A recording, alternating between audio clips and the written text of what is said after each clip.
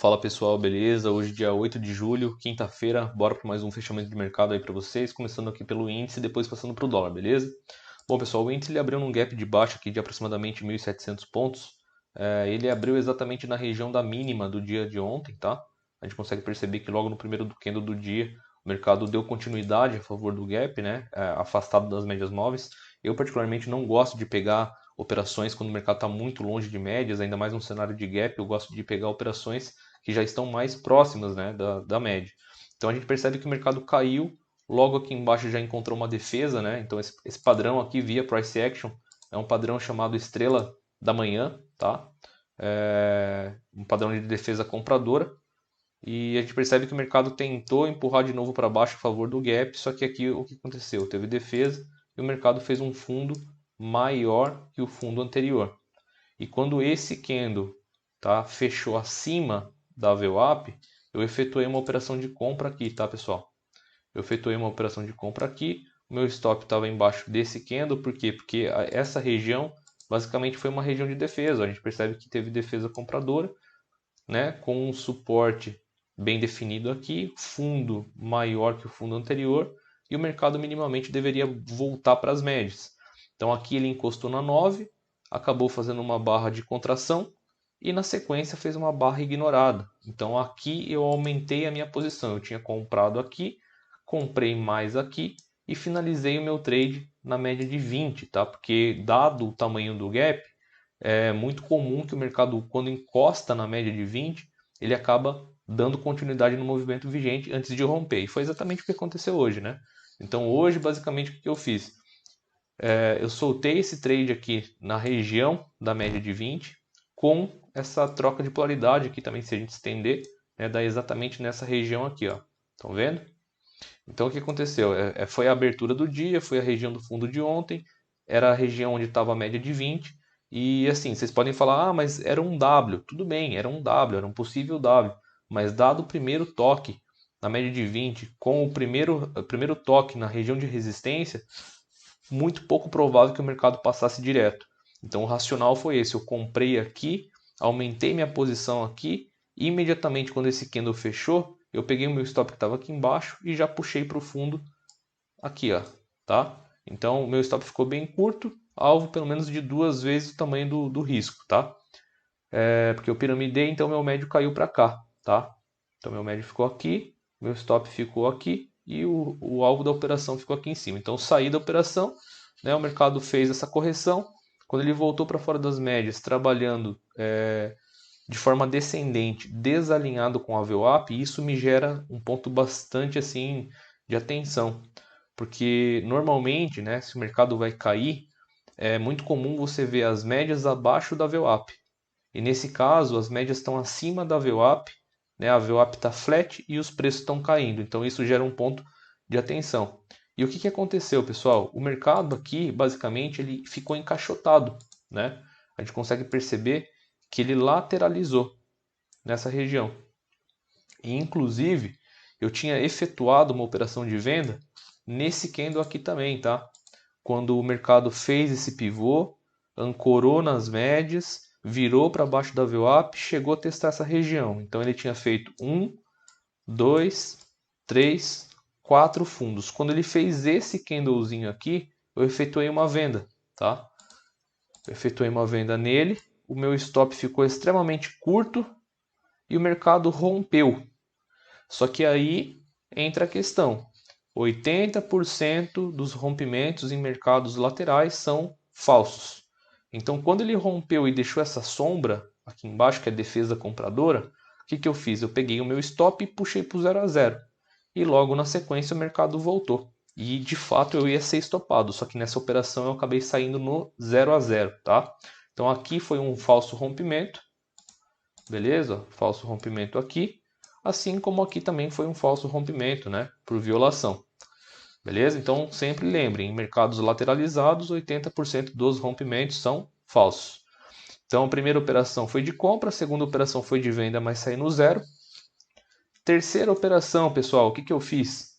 Eu peguei uma operação de compra, tá? Nesse retorno aqui. Por que nesse retorno aqui?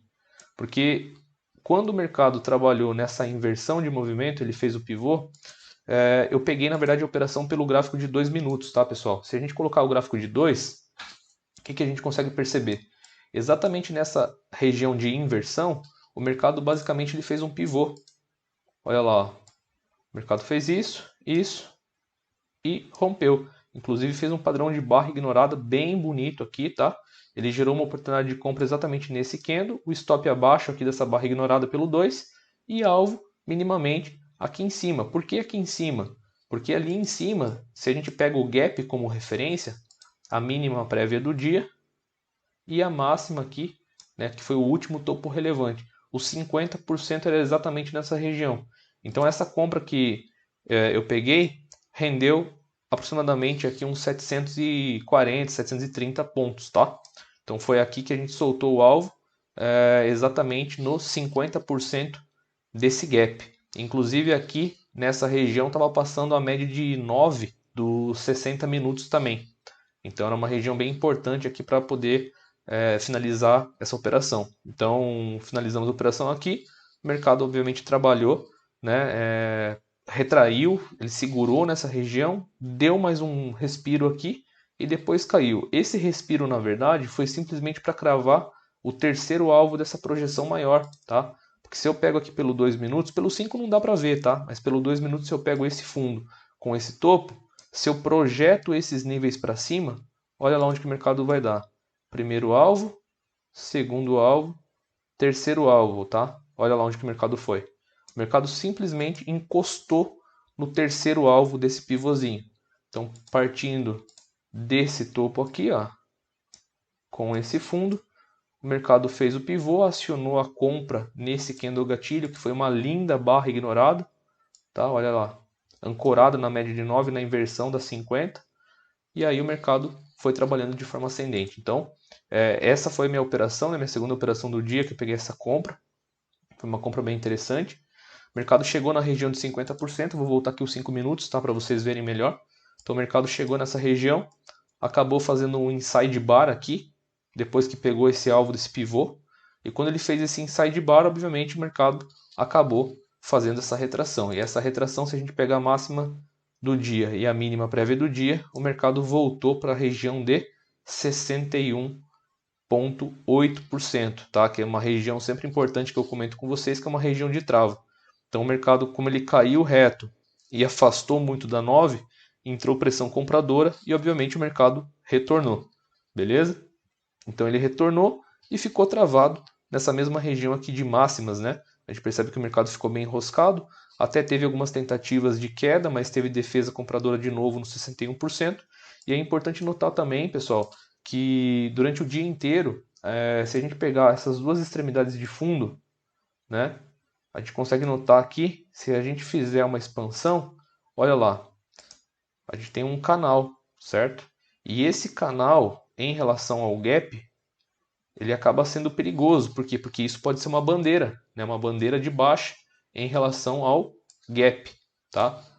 Se na semana que vem tiver um rompimento a favor, né, dessa bandeira aqui, que basicamente estava ensaiando, né? O mercado testou aqui, ó, 1, 2, 3, né? Esse candle aqui estava com um cara que iria romper. Se romper isso daqui, provavelmente o mercado vai acabar jogando para baixo e dando continuidade nesse movimento vigente, tá?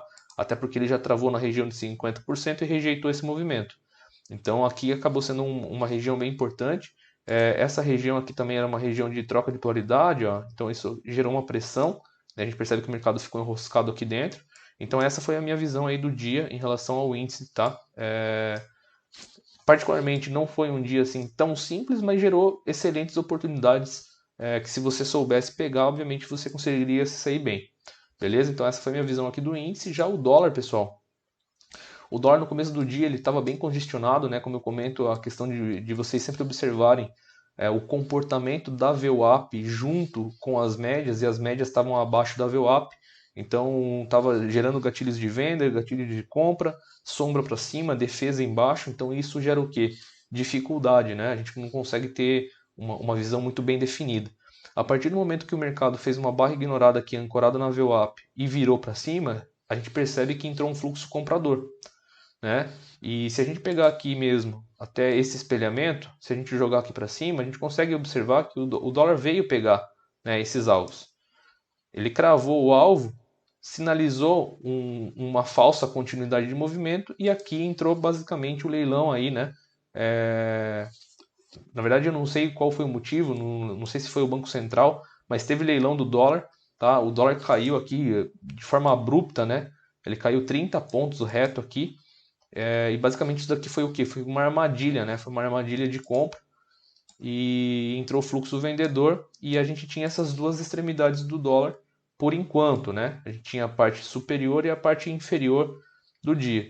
E a gente percebe que após esse leilão, tá? O mercado basicamente ele acionou a venda nesse candle, tá? Esse candle aqui, por que esse candle? Porque esse candle foi o candle de ignição, né? Que cobriu os outros candles anteriores. Teve um candle de defesa que foi um inside, teve mais dois candles de indecisão, né? De equilíbrio, e aqui teve o candle de ignição rompendo a mínima do candle de equilíbrio.